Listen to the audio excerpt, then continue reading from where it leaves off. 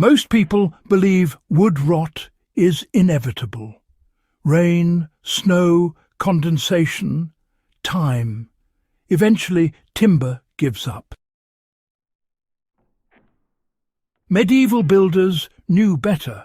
They constructed roofs that stood for centuries without chemical treatments, pressure-treated lumber or synthetic membranes. The secret was not a product. It was a single structural trick that shut rot down at the biological level. If you care about why old buildings endure while modern roofs quietly decay, this is where the real lesson begins. The medieval roof trick that stopped rot was never about sealing wood away from moisture. It was about denying rot the conditions it needs to survive. Fungi require moisture, oxygen, and time in the same place.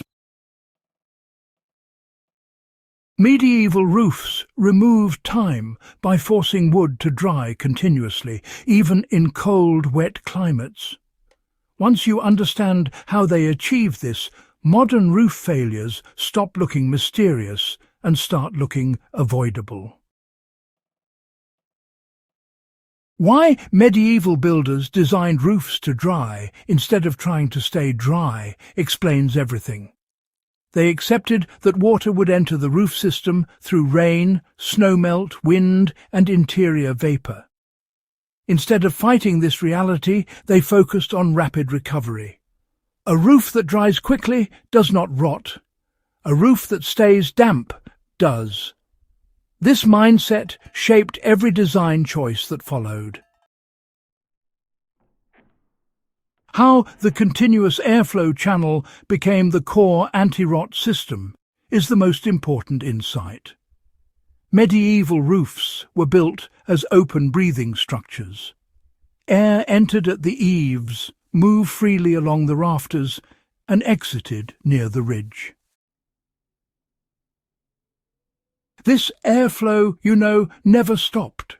It worked in summer heat, autumn rain, and even winter frost. As long as air moved, moisture evaporated. Rot organisms, they just never had time to establish themselves. Modern roofs quite often interrupt this airflow with insulation, membranes, and sealed cavities, which unfortunately creates perfect decay chambers. Why ridge openings mattered more than any coating or preservative is honestly often misunderstood. Medieval roofs were rarely sealed tight at the ridge. Smoke holes, vent gaps, and loosely fitted ridge caps allowed warm, moist air to escape at the highest point. This upward release created constant draw from below. Even in freezing conditions, rising heat carried moisture out of the roof structure. Today, ridge vents only work when the entire airflow path is clear. Blocking soffits or sealing cavities defeats the system completely. How roof pitch quietly multiplied the drying effect is another key factor. Medieval roofs were steep for practical reasons. Steep slopes shed snow quickly, reduce water contact time, and accelerate air movement along the roof surface. Condensation dried faster because, warm air moved rapidly upward. Shallow modern roofs slow this process, allowing moisture to linger invisibly. If you want to apply this principle today, increasing pitch where possible or, eliminating shallow valleys can significantly extend roof life. Why medieval builders avoided trapping wood between solid layers prevented decay before it began. Roof boards were overlapped, spaced, or layered loosely.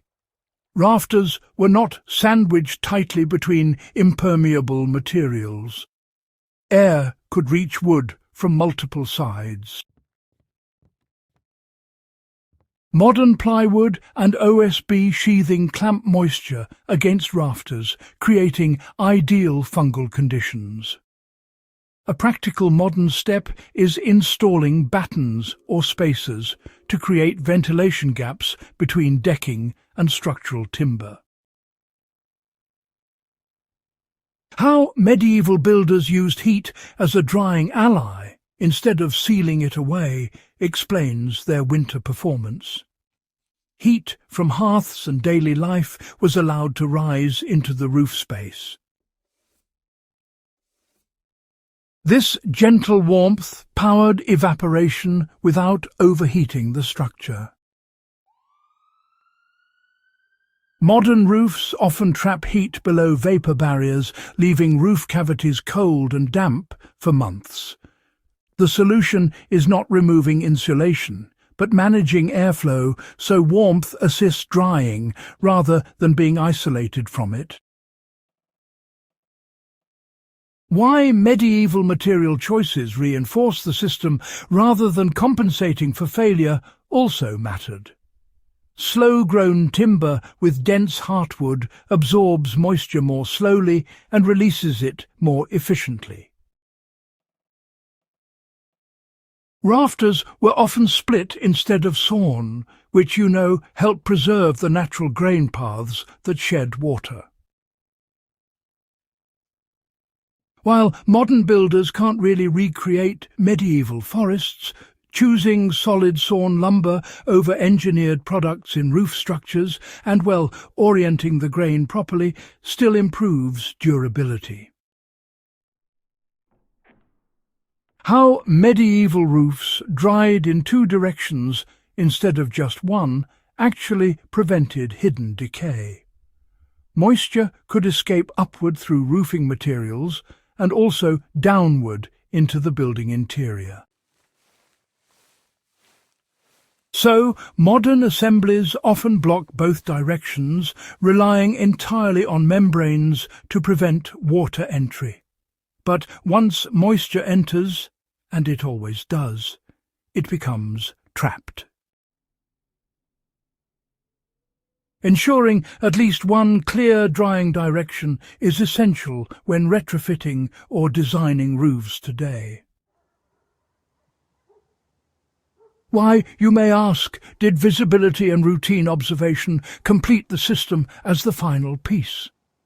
Well, medieval roof structures were often visible from inside, you see.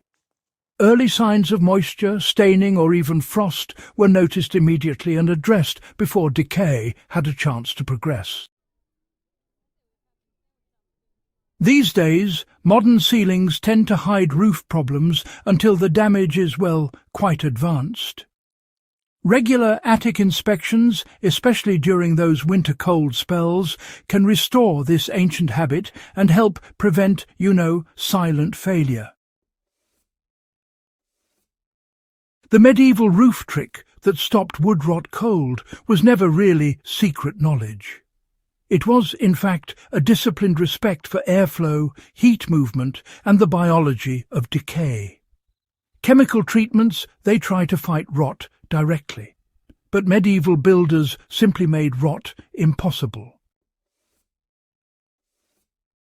If this guide gave you a clearer understanding of why old roofs endure and how you can apply the same principles today, do subscribe to Thermal Vault and share this with builders, restorers, and anyone serious about long-term resilience.